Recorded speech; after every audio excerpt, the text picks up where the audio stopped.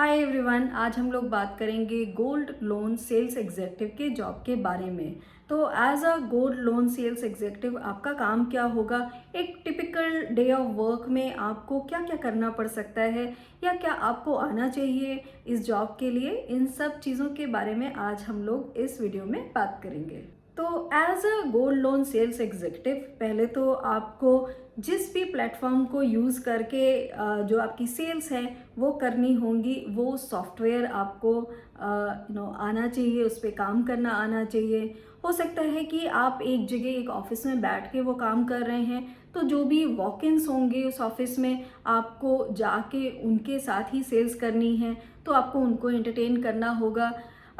उसके अलावा हो सकता है कि बहुत सारे ऐसे कस्टमर आएंगे आपके ऑफिस में जिनकी की कुछ प्रॉब्लम्स होंगी, कुछ ग्रीवेंसेस होंगी उनकी, तो आपको उन सब के बारे में भी देखना होगा। आजकल जो सारा काम है वो ऑनलाइन होता है, तो आप ऑनलाइन रजिस्ट्रेशन करेंगे जो आपके कस्टमर्स हैं। उसके अलावा जो उनकी केवाईसी है, जिसको बोलते हैं नो योर क्लाइंट, तो वो भी आपको सारे कस्टमर्स की भरनी होगी। ये सारा जो काम आप करेंगे कि न्यू जो कस्टमर्स हैं उनका रजिस्ट्रेशन कर रहे हैं, उनका अकाउंट है वो खुलवा रहे हैं, या किसी की ग्रीवेंसेस हैं उनको आप देख रहे हैं, तो ये सारा काम आपको जो कंपनी के स्टैंडर्ड ऑपरेटिंग प्रोसीजर्स होंगे, जो गाइडलाइंस हैं, जो रेगुलेशंस हैं, उनके अंदर ही रह के आपको ये काम करना होगा। क्योंकि ये काम एक सेल्स का है, तो आपको जो नए नए कस्टमर्स लाने हैं, जो नए सेल आपको करने हैं, इसके अलावा आप जो एग्जिस्टिंग कस्टमर्स हैं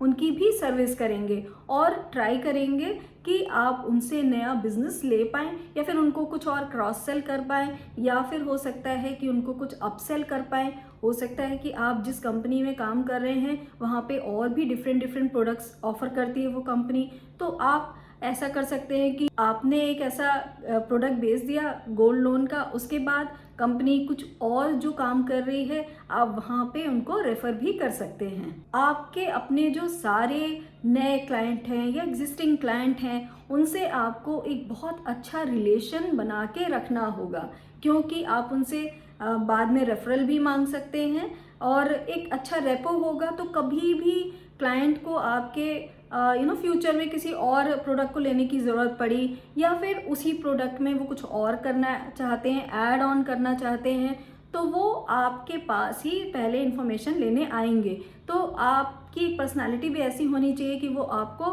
पूरी तरीके से ट्रस्ट करते हों, उनको लगता है कि ये जो हम इन्फॉर्मेशन चाहते हैं या कोई जानकारी हमको जो भी लेनी है जो फाइनेंशियल प्रोडक्ट्स के बारे में, वो आप सबसे अच्छी दे सकते हैं। हो सकता है कि आपकी कंपनी जो फील्ड मार्केटिंग एक्टिविटीज़ की जाती हैं वो भी करें, जो मोस्टली आजकल सारी ही कंपनीज करती हैं या सारे ही ऑर्गेनाइजेशन करते हैं विजिबिलिटी बढ़ाने के लिए, तो आपको उन सब में भी पार्टिसिपेट करना होगा। वहाँ जाके आपको कस्टमर एंगेजमेंट जो है उसका काम देखना होगा। हो सकता है कि इसमें आपको जो एक सिस्टम होगा कॉलिंग का, जिसको कि कोल्ड कॉलिंग भी हो सकती है उस सिस्टम में, तो हो सकता है आपको वो भी करना होगा, जो एक बहुत बड़ी एक ऐसा स्किल है जो आपको अगर आए कोल्ड कॉलिंग का, तो वो बहुत काम आता है सेल्स के जॉब में। और जब आप लीड्स जनरेट कर लेते हैं, उसके बाद आपको जो काम करना होता है वो आप फॉलो अप भी करें। तो ऐसा ही नहीं कि लीड्स जनरेट हो गई या कि फील्ड एक्टिविटीज़ से जो आपने कर ली, या फिर कोल्ड कॉलिंग से कर ली, या फिर जो वॉक इन से हो गई, पर उस पर फॉलो अप करना भी बहुत ज़रूरी होता है कि जितनी भी आपके पास लीड्स हैं आपको उन सबको बहुत अच्छे से फॉलो अप करना होगा। और अगर हो सकता है कि किसी जो भी आपका एक प्रोस्पेक्ट है उसने फर्स्ट टाइम आपको मना कर दिया कि वो नहीं लेना चाहते हैं, पर आप फिर भी उनके टच में रहेंगे, फिर भी आप उनको जो इन्फॉर्मेशन है प्रोवाइड करते रहेंगे, क्योंकि जो आप एक परसिस्टेंट तरीके से आप अपने क्लाइंट को इन्फॉर्मेशन भेजते रहते हैं, आप उनको हमेशा विश करते रहते हैं, उनकी बर्थडेज पे विश करेंगे, या फिर कोई फेस्टिवल होगा आप उस पर विश करेंगे, तो बहुत बार ऐसा होता है कि जो सेल आपने सोचा था कि वो नहीं हो पाएगी, पर वो भी हो जाती है, क्योंकि आप परसिस्टेंटली आप कस्टमर को इन्फॉर्मेशन भेज रहे हैं हो सकता है 1 साल पहले वो नहीं लेना चाहते थे वो प्रोडक्ट, बट हो सकता है कि 1 साल बाद उनकी जो पोजीशन है या जिनकी सिचुएशन है चेंज हो गई, अब उनको ये प्रोडक्ट अच्छा लग रहा है। तो इस तरीके से आप कभी भी किसी क्लाइंट को छोड़े नहीं, उनकी ना में भी आप हाँ करवाने की जो एबिलिटी होती है वो अगर आप में है तो ये जॉब आपके लिए बहुत अच्छा है। जो एक क्लाइंट के साथ इंगेजमेंट बना के रखना या फिर रिलेशनशिप बना के रखना वो बहुत काम आता है क्रॉस सेलिंग में, क्योंकि आप डिफरेंट प्रोडक्ट्स की भी जानकारी दे सकते हैं। क्लाइंट आपसे पूछते हैं कि मुझे कुछ और ख़रीदना है तो आप ही बता दीजिए। तो ये जो एक रिलेशनशिप बना के आप रखेंगे क्लाइंट के साथ वो आपके बहुत काम आएगी आपके इस काम में। तो as a gold loan sales executive सबसे ज़्यादा ज़रूरी तो ये है कि आप में सेलिंग स्किल्स होने चाहिए। आपको अपने प्रोडक्ट के बारे में बहुत अच्छे से इन डेप्थ नॉलेज होनी चाहिए कि आपसे क्लाइंट कोई भी क्वेश्चन पूछ रहे हैं तो आप तुरंत जानकारी दे पाएँ। अगर आपको अच्छी जानकारी होगी अपने प्रोडक्ट के बारे में तो आपको भी कॉन्फिडेंस होगा, और जो कॉन्फिडेंस होगा वो आपकी पर्सनैलिटी में ज़रूर दिखेगा। और सेलिंग के लिए जो कॉन्फिडेंस है वो बहुत ज़रूरी होता है, और जो क्लाइंट देखता है कि आप एक कॉन्फिडेंट सेल्स एग्जीक्यूटिव हैं तो उनके ऊपर भी एक अलग ही असर पड़ता है, वो आपकी बात को बहुत ध्यान से सुनते हैं। तो जो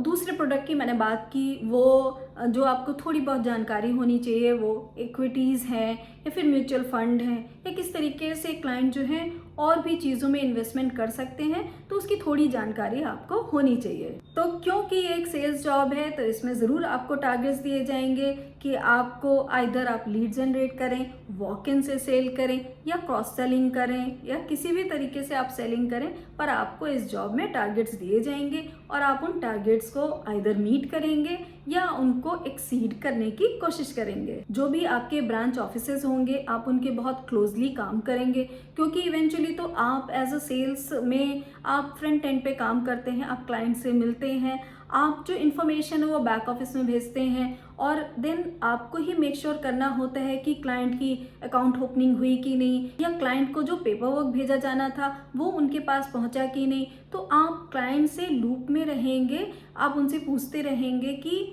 उनके पास वो पहुंचा कि नहीं पेपर वर्क जो अकाउंट ओपनिंग के लिए जो बाद में भेजा जाता है। तो एक तरीके से आप इन तरीकों से भी क्लाइंट के साथ लूप में रह सकते हैं, और अगर क्लाइंट आपको कुछ बताते हैं कि उनके पास नहीं आया या उनको ज़रूरत है तो आप तुरंत उनका जो भी